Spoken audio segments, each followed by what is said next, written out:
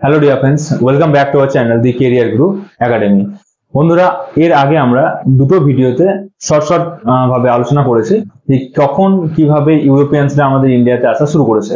আজকে আমরা সেই ভিডিওটারই পার্ট 3 আলোচনা করব, যেখানে আমরা জানবো যে এর আগের দিনের ভিডিওতে আমরা দেখেছিলাম যে পর্তুগাল এবং স্পেন নিজেদের মধ্যে এরিয়া ডিভাইড করে নিয়েছিল যে তারা কোথায় কে কোন জায়গাতে ব্যবসাগুলো করবে এবং কিভাবে তারা এক্সপ্লোরেশন করবে।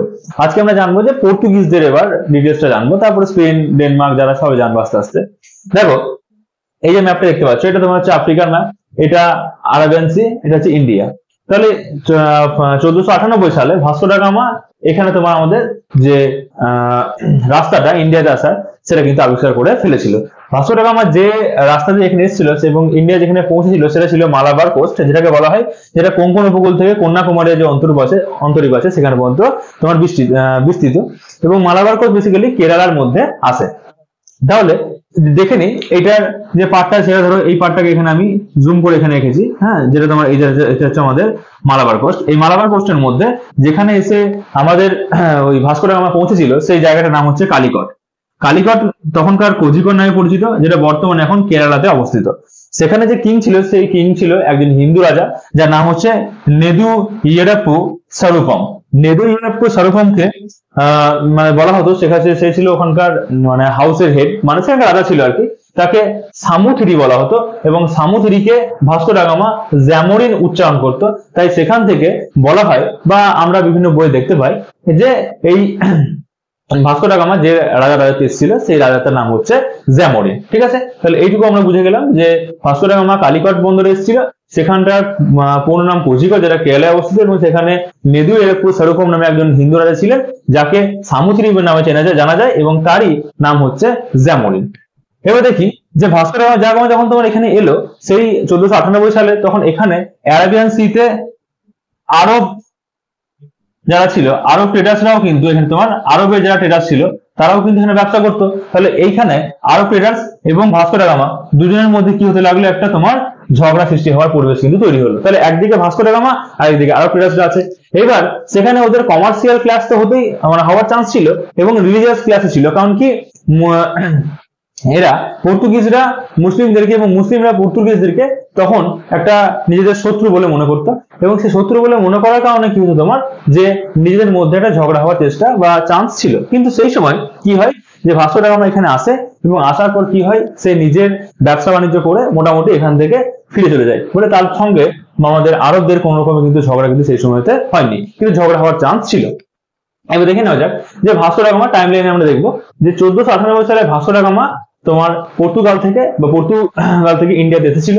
তারপর 1500 সালে পেড্রো আলভারেজ কোব্রাল তোমার ইন্ডিয়াতে আসে, এবং ইন্ডিয়াতে এসে প্রথম ফ্যাক্টরি তোমার কালিকাটে তোমার এস্টাবলিশ হলো। ফ্যাক্টরি বলতে বেসিক্যালি বোঝাচ্ছে যেখানে ওরা যে সমস্ত জিনিসের ব্যবসা করা পরে সেই ব্যবসা করা জিনিসের কিন্তু একটা গুদাম লাগানো, ঠিক আছে, এটা করে।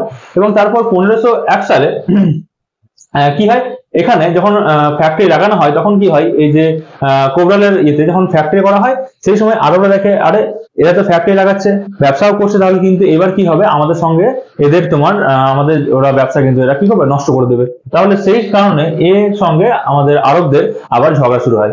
সেই ঝগড়া মেটাতে না পেরে এ তোমার ফিরে যায় কোথায়, আবার পর্তুগালে ফিরে যায়।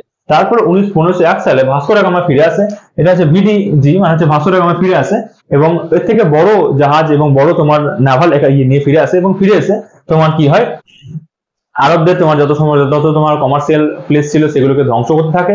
এই ধ্বংস করা থেকে দেখতে থাকে যে জ্যামোরিন এখানকার যে রাজা ছিল, সেই রাজা দেখে যে আরে আমার রাজত্বে এসে তোমার আরবদেরকে ওরা হাঁটি দিচ্ছে, পর্তুগিজের সঙ্গে ওরা যুদ্ধ করছে, পর্তুগিজরা আমাদের এখানকার যে সাময়িক শান্তি সেটাকে বিনষ্ট করছে।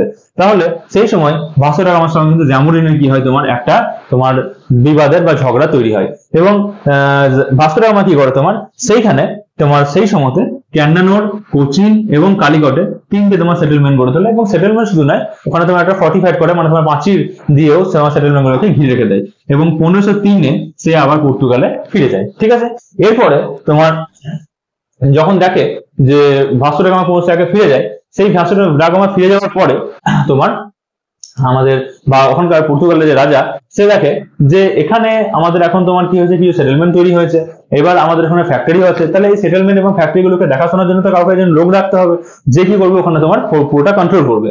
তো সেই নিয়ে আলফান্সো ডি আলমিডাকে তোমার 1505 সালে ইন্ডিয়াতে রাখা হয়, মানে 1505 থেকে 1509 সাল পর্যন্ত ইন্ডিয়াতে রাখা হয়। ভাইসরয় অফ ইন্ডিয়ার তোমার ওকে কি করা হয়, পদ দিয়ে ইন্ডিয়াতে আনা হয়, যার তোমার টেনিউর ছিল 5 বছর, 3 বছরের সে জন্য নির্বাচিত হয়েছিল, এবং যার হেডকোয়ার্টার ছিল তোমার কোচিনে। এরপর 1505 যখন আলফান্সো 1500 আলমিডা আসে, তারপরে তোমার 1509 পর্যন্ত সে রাজত্ব করে, এবং তারপর আলফান্সো ডি আলবুকা 1509 আসে এবং 1515 সাল পর্যন্ত এখানে তোমার থাকে অ্যাজ এ ভাইসরয়। তারপর নিনো ডি কুনহা 1529 থেকে 1538 পর্যন্ত এখানে তোমার আসে এবং ভাইসরয় হিসেবে কিন্তু থাকে। তাহলে এই সিকোয়েন্সে আমরা কিন্তু এগুলো আলোচনা করব, ঠিক আছে। নেক্সট দিন আমরা এই আলফান্সো ডি আলমিডা থেকে শুরু করে নিনো ডি কুনহা পর্যন্ত পুরো যে ভাইসরয় গুলো আছে তারা কি কি করেছে এবং তাদের যে সমস্ত ইন্ডিয়াতে ক্রিয়া করা সেগুলোকে আমরা দেখবো, ঠিক আছে। তাহলে আজকে পর্যন্ত ভিডিও আমরা এখানে রাখছি, এর পরবর্তীকালে আমরা ভিডিও এরই পার্ট 4 নিয়ে আলোচনা করবো। হ্যাঁ, মডার্ন হিস্ট্রিকে ডিটেলসে কভার করার জন্য আমাদের প্লেলিস্টকে তোমরা ফলো করতে পারো, এবং ভিডিও ভালো লাগলে অবশ্যই লাইক করে আমাদের পাশে থাকবে এবং চ্যানেলটাকে সাবস্ক্রাইব অবশ্যই করে দেবে। Thank you.